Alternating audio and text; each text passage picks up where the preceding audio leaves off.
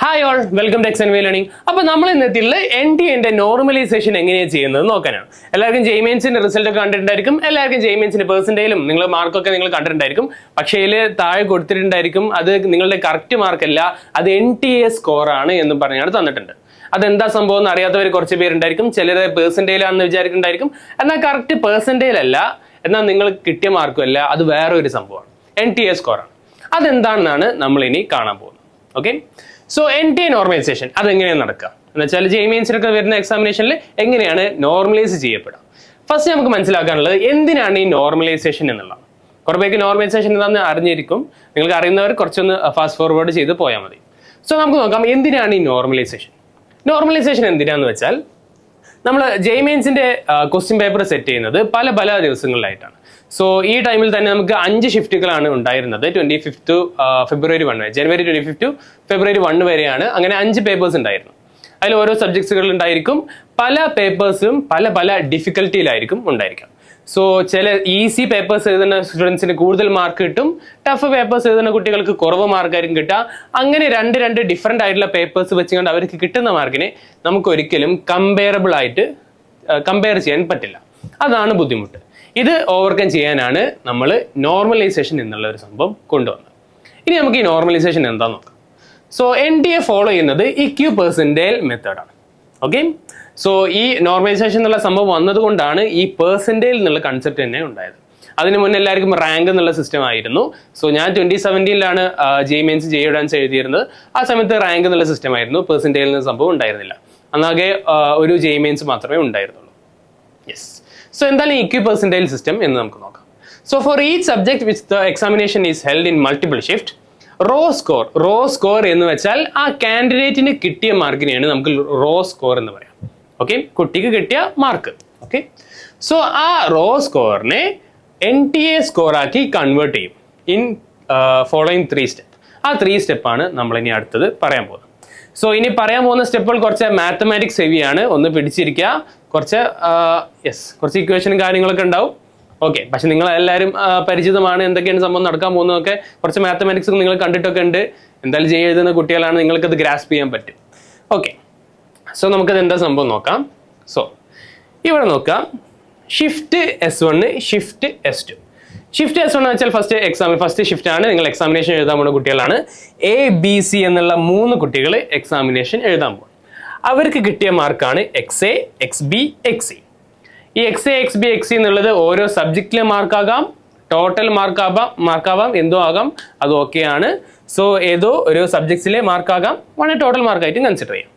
So ഇവിടെ candidate DEF അവരുടെ സ്കോറാണ് YD, YE, YF. So shift 2 എഴുതിയ കുട്ടികൾ DEF ആണ്. ഷിഫ്റ്റ് 1 എക്സാം എഴുതിയ കുട്ടികൾ ABC ആണ്. അങ്ങനെയാണെങ്കിൽ ഇവരുടെ 2 പേരുടെയും കൂടി ടോട്ടൽ NTA സ്കോർ അതാണ് നമുക്ക് കണ്ടുപിടിക്കേണ്ടത്. സോ ഇതെന്താ ചെയ്യുന്നത് വെച്ചാൽ ആദ്യത്തെ നമ്മളെ സ്റ്റെപ്പാണ് step 1, convert raw scores into percentile score. അവർക്ക് കിട്ടിയ മാർക്കിനെ പെർസെന്റേൽ സ്കോറാക്കി ആദ്യം കൺവേർട്ട് ചെയ്യണം. നിങ്ങൾക്ക് എല്ലാവർക്കും പെർസെന്റേൽ എങ്ങനെ കണ്ടുപിടിക്കുക എന്നുള്ളൊരു ജനറൽ ഐഡിയ എന്തായാലും ഉണ്ടായിരിക്കും. പെർസെന്റേൽ എന്താണെന്ന് അറിയാത്തവർ നമ്മൾ ഒരു വീഡിയോ കൂടി നമ്മുടെ ഡിസ്ക്രിപ്ഷനിൽ ആഡ് ചെയ്തിട്ടുണ്ട്, അത് പോയി ചെക്കൗട്ട് ചെയ്യുക. അത് കുറച്ചും കൂടി ബെറ്റർ ആയിട്ടുള്ള വീഡിയോ ആണ് ഇത് എക്സ്പ്ലെയിൻ ചെയ്യുന്നത്. നമ്മളിത് നോർമലൈസേഷനാണ് ഇതിൽ കാര്യമായിട്ട് കവർ ചെയ്യുന്നത്, പെർസെന്റേലിനെ കുറിച്ച് വല്ലാണ്ട് കവർ ചെയ്യുന്നതല്ല. ഓക്കെ, സോ പെർസെന്റേൽ എങ്ങനെ കാൽക്കുലേറ്റ് ചെയ്യാന്ന് വെച്ചാൽ percentile score of for a candidate for the shift is calculated as P = M/N × 100 ആയിരിക്കും. എന്താണ് ഈ M N ഒക്കെ? സോ T എന്നുള്ളത് raw score of a candidate ആണ്. T എന്നുള്ള ഈ ഇക്വേഷനിൽ ഇല്ല, പക്ഷെ T എന്നത് നമ്മൾ പിന്നെ യൂസ്ഫുൾ ആയിട്ട് പറയുന്നതായിരിക്കും. ഒരു കുട്ടിക്ക് കിട്ടിയ മാർക്കാണ് T എന്ന് വെച്ചാൽ. ഓക്കെ, ഒരു കുട്ടിക്ക് ഒരു എക്സാമിൽ കിട്ടിയ മാർക്കാണ് T. അങ്ങനെയാണെങ്കിൽ N എന്ന് വെച്ചാൽ number of candidates who have appeared in A shift. So എത്ര കുട്ടികളാണോ എക്സാം എഴുതിയത് അവരെയാണ് നമ്മൾ N കൊണ്ട് ഡിനോട്ട് ചെയ്യുക.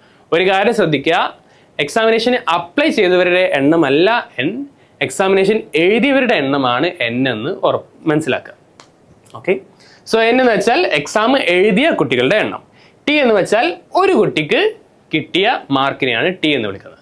ആ കുട്ടീൻ്റെ പെർസെൻറ്റേജിലാണ് നമ്മൾ കാണാൻ പോകുന്നത്. ഇനി ഈ സ്മോൾ m എന്ന് വെച്ചാൽ number of candidates in the shift whose raw scores are less than or equal to T എന്ന് വെച്ചാൽ സോ ടി എന്നല്ല, ആ കുട്ടിക്ക് കിട്ടിയ മാർക്കിനേക്കാളും ലെസ് ദാൻ ഓർ ഈക്വൽ ആയിട്ടുള്ള കിട്ടിയ എത്ര കുട്ടികളുണ്ട് അവരുടെ എണ്ണമാണ് എം എന്ന് വെച്ചാൽ. സോ ഒരു കുട്ടിക്ക് ഫുൾ മാർക്ക് അടിച്ചാൽ ആ കുട്ടീൻ്റെ താഴെ equal two or less than that മാർക്കിൽ എത്ര കുട്ടികളുണ്ടാവും? ക്യാപിറ്റൽ എൻ അത്രയും കുട്ടികളുണ്ടായിരിക്കും. ഇനി ഒരു കുട്ടിക്ക് ഏറ്റവും ലോവസ്റ്റ് സ്കോർ കിട്ടി, അങ്ങനെയാണെങ്കിൽ എമ്മിൻ്റെ വാല്യൂ വരാൻ പോകുന്നത് 1 ആയിരിക്കും. കാരണം less than or equal to that value എന്ന് വെച്ചാൽ ആ വാല്യൂ മാത്രമേ ഉണ്ടായിരിക്കുള്ളൂ, അത് 1 ആണ്. സോ ഒരാൾക്ക് പോലും 0% കിട്ടൂല. ഓക്കെ, എമ്മിൻ്റെ ഏറ്റവും സ്മോളസ്റ്റ് വാല്യൂ 1 ആണ്, എമ്മിൻ്റെ ഏറ്റവും ലാർജസ്റ്റ് വാല്യൂ ക്യാപിറ്റൽ എൻ ആണ്. 100% മുതൽ ഇതിൻ്റെ ലാസ്റ്റ് 100/n വരെയുള്ള വാല്യൂ വരെ വരാം. ഓക്കെ, സോ ഇതാണ് പെർസെൻറ്റേജ്. നമ്മൾ ഈ വാല്യൂ ഈ ഒരു ഇക്വേഷൻ യൂസ് ചെയ്തുകൊണ്ട് നമ്മൾ പെർസെൻറ്റേജ് കണ്ടുപിടിക്കും ആദ്യം. സോ ഇതാണ് നമ്മുടെ ഫസ്റ്റ് കൺവേർട്ടഡ് ആയിട്ടുള്ള ടേബിൾ വരാൻ പോകുന്നത്. ഫസ്റ്റത്തെ ഷിഫ്റ്റ് 1-ൽ നമ്മൾ കാൻഡിഡേറ്റ് ABC ഉണ്ട്, അവരുടെ റോ സ്കോറിനെ നമ്മൾ എല്ലാത്തിനെയും പെർസെൻറ്റേജിലാക്കി കൺവേർട്ട് ചെയ്തു. കിട്ടിയ മാർക്കിനനുസരിച്ച് പെർസെൻറ്റേജ് എങ്ങനെയാണെന്നുള്ളത് നമ്മൾ നേരത്തെ ഇക്വേഷൻ വെച്ചാണ് കൺവേർട്ട് ചെയ്യും. സോ PA എന്ന് വെച്ചാൽ A എന്ന കുട്ടിക്ക് ഷിഫ്റ്റ് 1-ൽ കിട്ടിയ പെർസെൻറ്റേജാണ്. PB എന്ന് വെച്ചാൽ B എന്ന കുട്ടിക്ക് ഷിഫ്റ്റ് 1-ൽ കിട്ടിയ പെർസെൻറ്റേജാണ്. അതുപോലെ PF എന്ന് വെച്ചാൽ F എന്നുള്ള കുട്ടിക്ക് ഷിഫ്റ്റ് 2-ൽ കിട്ടിയ പെർസെൻറ്റേജാണ്. ഓക്കെ, അപ്പോൾ ശ്രദ്ധിക്കുക, ഈ പെർസെൻറ്റേജ് എന്ന് വെച്ചാൽ ഓരോ ഇൻഡിവിജ്വൽ എക്സാമിലെ പെർസെൻറ്റേജാണ്. ഇത് ടോട്ടൽ എക്സാമിലെ പെർസെൻറ്റേജ് അല്ല സംഭവം, ഓരോ ഇൻഡിവിജ്വൽ ഷിഫ്റ്റിലെ മാത്രം പെർസെൻറ്റേജ്. യെസ്, ഇനി നമ്മൾ അടുത്ത് ചെയ്യാൻ പോകുന്നത്, ഇപ്പോൾ സ്റ്റെപ്പ് 1 നമ്മൾ കംപ്ലീറ്റ് ചെയ്തു, റോ സ്കോറിനെ നമ്മൾ പെർസെൻറ്റേജിലാക്കി കൺവേർട്ട് ചെയ്തു. ഇനി അടുത്ത് നമ്മൾ ചെയ്യാൻ പോകുന്നത് data collated in a single table. ഈ ടേബിളിനെ നമ്മൾ ഒറ്റ ടേബിളാക്കി മാറ്റാൻ പോവാണ്. അങ്ങനെ ഒറ്റ ടേബിളാക്കി മാറ്റുമ്പോൾ നമ്മൾ എന്താ അവിടെ ശ്രദ്ധിക്കുന്നത് വെച്ചാൽ, data across all sessions tabulated at the end of step 1 is collated in a single table. Okay, ഒറ്റ ടേബിളാക്കി മാറ്റാൻ പോവാണ്. Columns for the shift wise row score should be kept separate. Okay, അതെന്താ സംഭവം നമ്മൾ കാണാൻ പോവാണ്. All the records are then sorted into decreasing order of the percentage. Okay, so ഇതാണ് നമ്മുടെ data collated into single table. ഇത് നമ്മൾ നേരത്തെ കണ്ട അതേ ടേബിൾ തന്നെയാണ്, അതിലൊരു കുഴപ്പമില്ല. യെസ്, ഈ രണ്ടെണ്ണത്തിനും കൂടി നമ്മൾ ഒറ്റ ടേബിളാക്കി മാറ്റാൻ പോവാണ്. പക്ഷെ ഇവിടെ ശ്രദ്ധിക്കേണ്ട ഒരു കാര്യമുണ്ട്, നമ്മൾ രണ്ടിനും കൂടി ക്ലബ് ചെയ്യുമ്പോൾ ഒരു ഇപ്പോൾ പെർസെൻറ്റേജിൻ്റെ ഡിസെൻഡിങ് ഓർഡർ ഇങ്ങനെയാണെന്ന് വിചാരിക്കാം. PE ആണ് ഏറ്റവും വലുതെന്ന് വിചാരിക്കുക. എന്ന് വെച്ചാൽ ഈ എഴുതിയ കുട്ടിക്കാണ് ഏറ്റവും കൂടുതൽ മാർക്കുള്ളത്, ഏറ്റവും കൂടുതൽ പെർസെൻറ്റേജ് ഉള്ളത്. ഈ മൊത്തം പെർസെൻറ്റേജ് നമ്മൾ നോക്കിയപ്പോൾ PE ആണ് ഏറ്റവും വലുതായിട്ടുള്ളത്. അങ്ങനെയെങ്കിൽ PE എന്നുള്ള കുട്ടിയാണ് നമ്മൾ ഫസ്റ്റ് പ്ലേസ് ചെയ്യുക. അടുത്തത് ഇവിടെ PA ആണ് തന്നിട്ടുള്ളത്. A എന്നുള്ള കുട്ടിക്കാണ് അത് കഴിഞ്ഞിട്ട് പിന്നെ ഏറ്റവും കൂടുതൽ പെർസെൻറ്റേജ് ഉള്ളത്. അത് കഴിഞ്ഞിട്ട് PC-യും PF-ഉം ഈക്വൽ ആണ്. സോ ഈ PC-യും ഈ PF-ഉം ഈക്വൽ ആണ്. അങ്ങനെ നമ്മൾ ഈ പെർസെൻറ്റേജിൻ്റെ ഓർഡറിൽ അറേഞ്ച് ചെയ്ത് കഴിഞ്ഞാൽ നമുക്ക് ഇങ്ങനെ ഒരു ടേബിൾ കിട്ടും. ഇതാണ് എന്ത് പറയാം, യെസ്, ഇതാണ് അടുത്ത സിംഗിൾ ആയിട്ടുള്ള ഒരു ടേബിൾ. ക്ലബ് ചെയ്ത് കഴിഞ്ഞാൽ ഒരു ടേബിൾ. കാര്യമായിട്ട് പേരൊന്നും പറയുന്നില്ല. ഇതിൽ നമുക്ക് കുറേ ബ്ലാങ്ക് ആയിട്ടുള്ള പോർഷൻസ് കാണാൻ പറ്റും. ഓക്കെ, സോ ഈ ബ്ലാങ്ക് ആയിട്ടുള്ള പോർഷൻസ് നമ്മൾ മാറ്റുന്നതായിരിക്കും. യെസ്, ഇപ്പോൾ ഇതാണ് അവസ്ഥ എന്ന് വെച്ചാൽ, സോ E എന്നുള്ള കുട്ടിക്ക് പെർസെൻറ്റേജ് PE ആണ്. ഈ കുട്ടിക്കാണ് ഏറ്റവും കൂടുതൽ പെർസെൻറ്റേജ് ഉള്ളത്. ആ കുട്ടി ഷിഫ്റ്റ് 2 ആണ് എഴുതിയത്. ആ കുട്ടിക്ക് കിട്ടിയ ഷിഫ്റ്റ് 2-ൽ കിട്ടിയ മാർക്ക് YE ആണ്. ഇനി ഈ A എന്നുള്ള കുട്ടി PA ആണ് അവൻ്റെ പെർസെൻറ്റേജ്. സോ ഷിഫ്റ്റ് 1 ആണ് ആ കുട്ടി എഴുതിയത്. ആ കുട്ടി കിട്ടിയ മാർക്ക് XA ആണ്. ഇനി ഇവിടെ കാര്യം ശ്രദ്ധിക്കാം, C-യും F-ഉം രണ്ട് സ്റ്റുഡൻസ് ആണ്. അവർ ഒരാൾ ഷിഫ്റ്റ് 1 ആണ് എഴുതിയത്, ഒരാൾ ഷിഫ്റ്റ് 2 ആണ് എഴുതിയത്. സോ അവർക്ക് കിട്ടിയിട്ടുള്ള മാർക്ക് നോക്കാം, ഒരിക്കലും XC-യും YF-ഉം ഈക്വൽ അല്ല, അവരുടെ പെർസെൻറ്റേജ് ഈക്വൽ ആണ്. എന്ന് വെച്ചാൽ ഷിഫ്റ്റ് 1-ൽ ഈ കുട്ടിക്ക് കിട്ടിയ ഈ മാർക്കും XC-യും, ഷിഫ്റ്റ് 2-ൽ ഈ കുട്ടിക്ക് കിട്ടിയ ഈ YF-ഉം കമ്പയറബിൾ ആണെന്ന് പറയാൻ പറ്റും. ഓക്കെ, ആ രണ്ട് സെക്ഷനിലും ഒരേ മാർക്ക് കിട്ടിയ, ഒരേ മാർക്കല്ല ഒരേ പെർസെൻറ്റേജ് കിട്ടിയ ആ രണ്ട് കുട്ടികളുടെയും മാർക്കുകൾ കമ്പയറബിൾ ആണ്. XC-യും YF-ഉം കമ്പയറബിൾ ആണ്. അങ്ങനെ കമ്പയറബിൾ ആവാനുള്ള റീസൺ എന്താണെന്ന് വെച്ചാൽ PF-ഉം PC-യും ഈക്വൽ ആണ് എന്നുള്ളതാണ്. അത് ഈക്വൽ ആയതുകൊണ്ടാണ് ഇവർ കമ്പയറബിൾ ആയത്. ഓക്കെ, സോ ഇതാണ് അവരുടെ ഫസ്റ്റ് കമ്പാരിസൺ. ഇനി നമുക്ക് XC, ഇവിടെ YF ഉണ്ട്, ഇവിടെ XB, ഇവിടെ ബ്ലാങ്ക് ആണ്. അതുപോലെ D എന്നുള്ള കുട്ടി PD ആണ് അവൻ്റെ പെർസെൻറ്റേജ് വരാൻ പോകുന്നത്. ആ കുട്ടി raw score S2. Okay, so shift 2 എഴുതി, അതിൻ്റെ മാർക്കാണ് YD.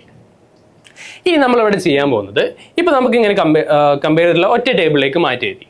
നമുക്കിവിടെ ബ്ലാങ്ക് ആയി കിടക്കുന്ന കുറച്ച് വാല്യൂസില്ലേ, ആ വാല്യൂസിന് നമ്മൾ ഇനി ഫില്ല് ചെയ്യാൻ പോകാം. അത് ഫില്ല് ചെയ്യാൻ വേണ്ടി നമ്മൾ ഉപയോഗിക്കുന്ന ടെക്നിക്കാണ് ലീനിയർ ഇൻ്റർപോളേഷൻ. ഓക്കെ, സോ എന്താണ് ഈ ലീനിയർ ഇൻ്റർപോളേഷൻ എന്ന് വെച്ചാൽ, ഈ ഒരു ഫോർമുല യൂസ് ചെയ്തുകൊണ്ട് നമ്മൾ ബ്ലാങ്ക് ആയുള്ള സ്പേസസിന് ഫില്ല് ചെയ്യാൻ പോവാണ്. അത് എങ്ങനെ ഫില്ല് ചെയ്യാം? ഈ ഒരു ഫോർമുല ഒക്കെ ഇത് നിങ്ങൾ പഠിച്ചിട്ടുണ്ടാവാൻ ചാൻസ് ഉള്ള ഒരു സംഭവം തന്നെയാണ്. ഇതെന്താ സംഭവം?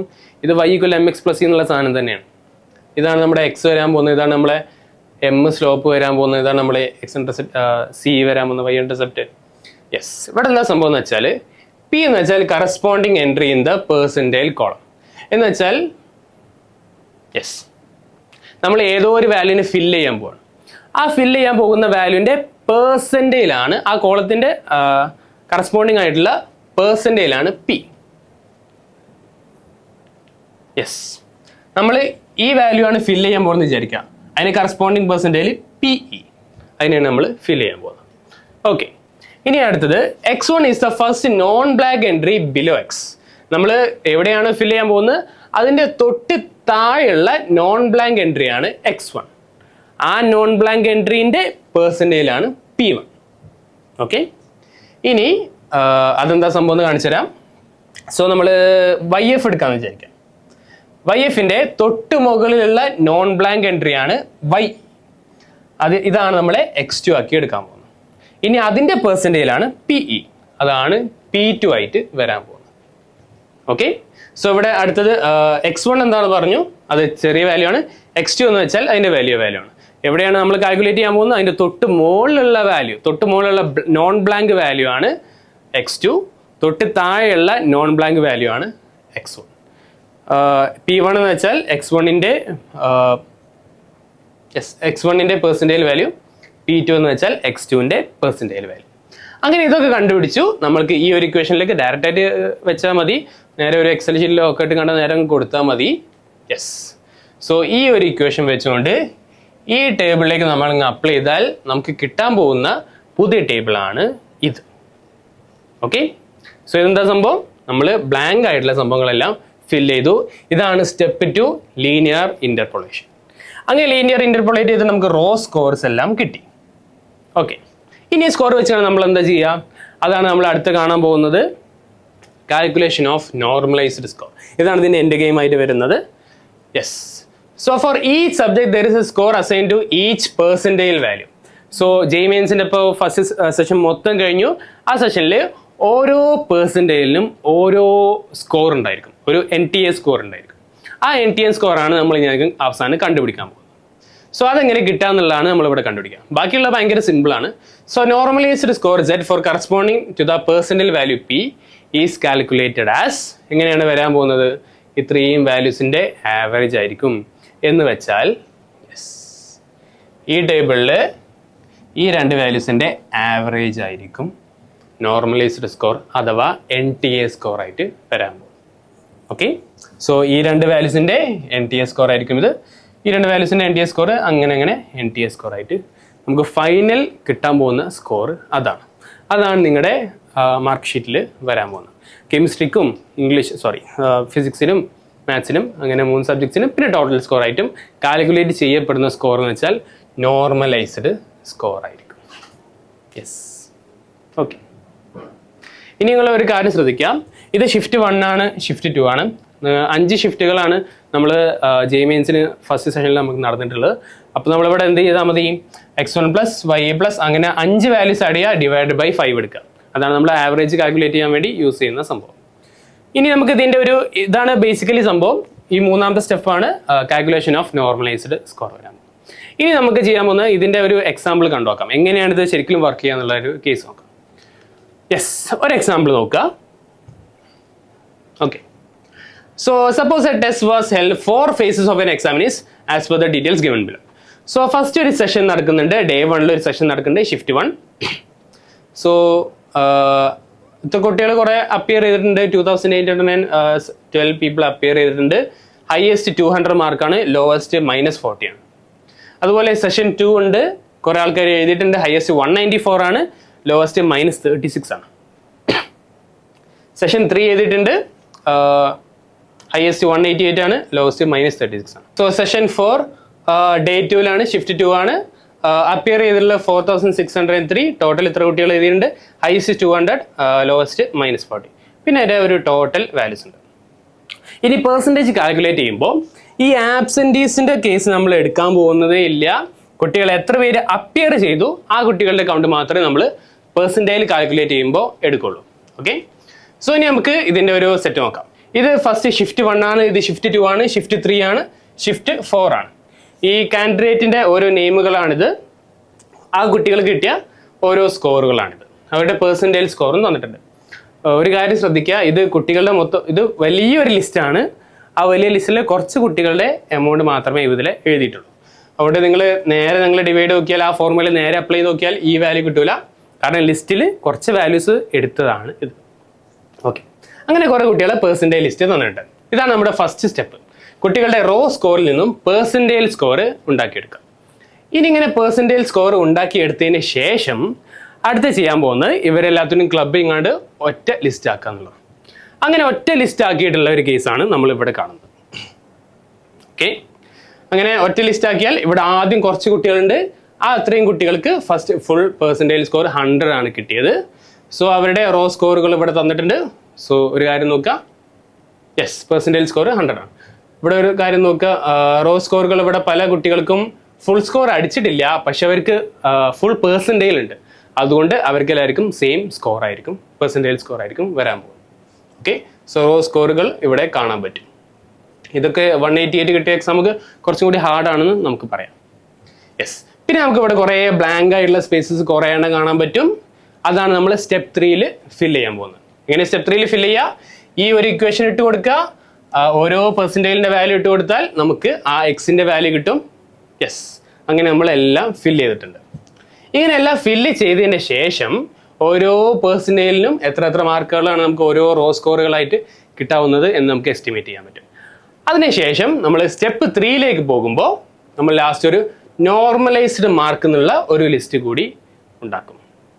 ഓക്കെ, ആ നോർമലൈസ്ഡ് സ്കോർ എന്നുള്ള മാർക്ക് ലിസ്റ്റും കൂടി ഉണ്ടാക്കി കഴിഞ്ഞാൽ നമ്മുടെ പണി പൂർത്തിയായി. ഇതാണ് NTA സ്കോറായിട്ട് വരാൻ പോകുന്നത്. നിങ്ങൾ കിട്ടിയ പെർസെൻറ്റേജിൽ ഇവിടെ ആയിരിക്കും, NTA സ്കോറല്ലേ, സോറി, NTAയുടെ ഓരോ ഫിസിക്സ്, കെമിസ്ട്രി, മാത്തമാറ്റിക്സിൽ അതിൻ്റെ സ്കോറായിട്ട് വരാൻ പോകുന്നത് ഈ നോർമലൈസ്ഡ് മാർക്സ് ആയിരിക്കും. ഓക്കെ, സോ പെർസെൻറ്റേജ് സ്കോറായിട്ട് വരാൻ പോകുന്നത് ഈ വാല്യൂ ആയിരിക്കും. ഓരോ പെർസെൻറ്റേജ് സ്കോറിനും ഒരു നോർമലൈസ്ഡ് മാർക്ക് ഉണ്ടാവും എന്ന് ശ്രദ്ധിക്കാം. ഓക്കെ, സോ ഇങ്ങനെയാണ് JEE മെയിൻസ് എക്സാമിനേഷനിൽ NTA സെറ്റ് ചെയ്ത JEE മെയിൻസ് എക്സാമിനേഷനിൽ നോർമലൈസേഷൻ നടക്കുന്നത്. ഓക്കെ, ഈ വീഡിയോ നിങ്ങൾക്ക് ഹെൽപ്ഫുൾ ആയെന്ന് വിചാരിക്കുന്നു. നിങ്ങളെല്ലാവരും ലൈക്ക് ചെയ്യുക, ഷെയർ ചെയ്യുക, സബ്സ്ക്രൈബ് ചെയ്യുക.